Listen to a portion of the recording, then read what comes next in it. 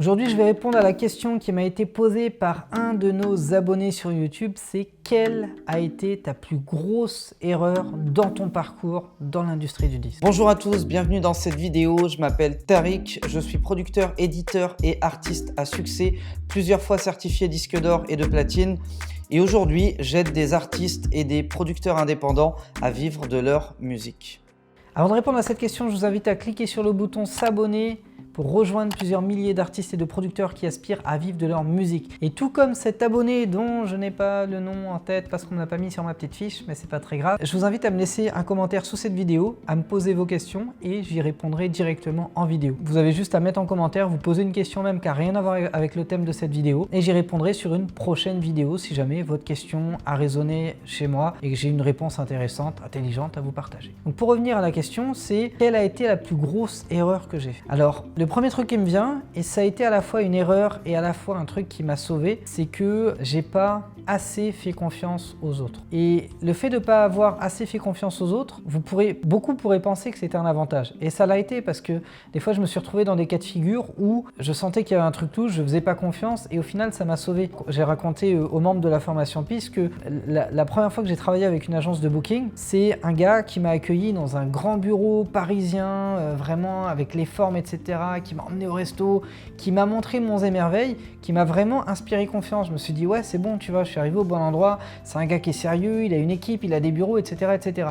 Et puis mon instinct, au bout de 2-3 rendez-vous, m'a fait me dire mais il y a un truc qui cloche, tu vois. Pourtant je me suis déjà engagé avec lui, pour l'instant ça a l'air de tourner, j'ai vraiment pas à me plaindre, mais je sais pas, il y a un truc qui va pas. Et puis le temps a fait que j'ai fini par découvrir qu'en fait il était en galère, il était en déficit, il était dans le rouge, que ses employés n'étaient pas payés depuis plusieurs semaines, voire plusieurs mois pour certaines, qu'il devait de l'argent à pas mal de monde, que finalement il avait du retard dans les paiements qu'il nous devait. Moi je m'inquiétais pas par confiance et par amitié on va dire, et puis finalement je me suis retrouvé à perdre des grosses sommes d'argent avec cette personne alors que à la base je lui avais accordé ma confiance. Mais parce que j'étais méfiant et parce que je lui faisais pas entièrement confiance non plus, j'ai vite senti le truc et j'ai vite fait machine arrière. En fait, j'ai signé avec lui en septembre. En novembre, je mettais fin à notre collaboration. Heureusement que j'ai pas attendu un an, sinon j'aurais été dans une merde mais sans fond. Et du coup, le fait d'avoir eu cet avantage-là, de ne pas accorder trop facilement ma confiance, sur ce coup-là, m'a aidé. Et dans plein d'autres cas de figure, ça a pu m'aider. Notamment avec un comptable véreux, par exemple, notamment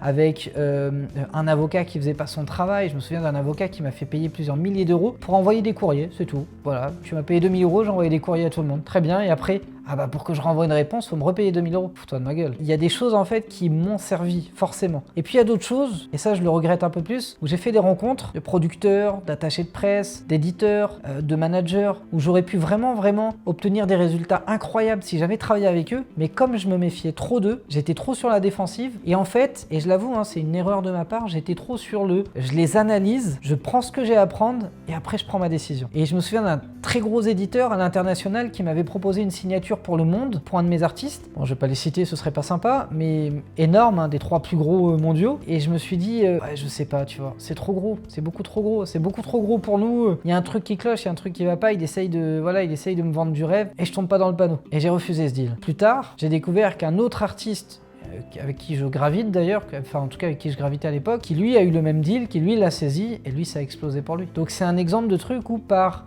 méfiance, j'ai perdu des opportunités.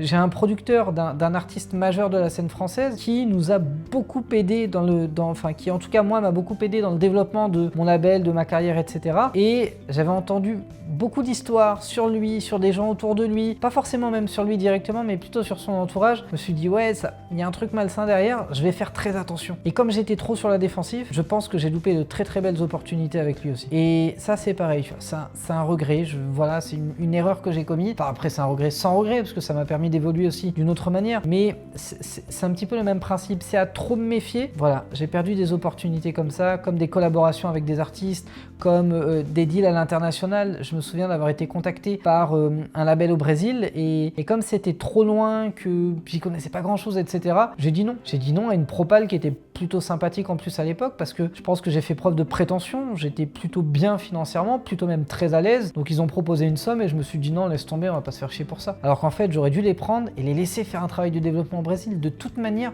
j'aurais rien fait là-bas. J'aurais rien fait du tout, je comptais pas y aller, j'avais pas de réseau, pas de truc, pas de machin. Mais par méfiance, encore une fois, je me suis fermé les portes. Donc je pense que ouais, c'est l'une de mes principales erreurs. J'ai été beaucoup trop méfiant et ça m'a appris parce que quand j'ai développé d'autres activités, notamment l'organisme de formation, j'ai été beaucoup plus dans la confiance vers l'autre. Et oui, je suis tombé sur des gens qui ont essayé de m'avoir, mais j'étais beaucoup mieux protégé déjà. Et puis oui, je suis tombé sur des gens qui se sont littéralement foutus de ma gueule. Mais c'est pas grave, parce qu'à côté de ça, en accordant plus ma confiance, j'ai eu beaucoup plus de belles rencontres et de belles opportunités aussi qui se sont mises en place. Idem dans l'immobilier. Avec ma réflexion d'avant, je me serais méfié de tous les artisans, de toutes les personnes que j'aurais croisées, etc., etc. Maintenant, je reste bien sûr sur la défensive, travaille en intelligence, mais je suis beaucoup plus enclin à accorder ma confiance, en tout cas de manière limitée, et en faisant des tests et en testant les personnes. Et quand je réalise que ça match au premier niveau, au deuxième niveau, au troisième niveau, c'est les gens avec qui je peux commencer à collaborer, avec qui ça matche bien. Et du coup, c'est vrai que le fait de ne pas avoir pu accorder ma confiance aussi facilement, à l'époque en tout cas, je pense que ouais, ça m'a freiné sur plein d'opportunités, plein de choses qui auraient pu m'aider à grandir, à me développer, à développer mes artistes, mon label, mes revenus, ma vie, etc., etc. Bon voilà, c'est comme ça. Je peux pas revenir dessus, mais en tout cas,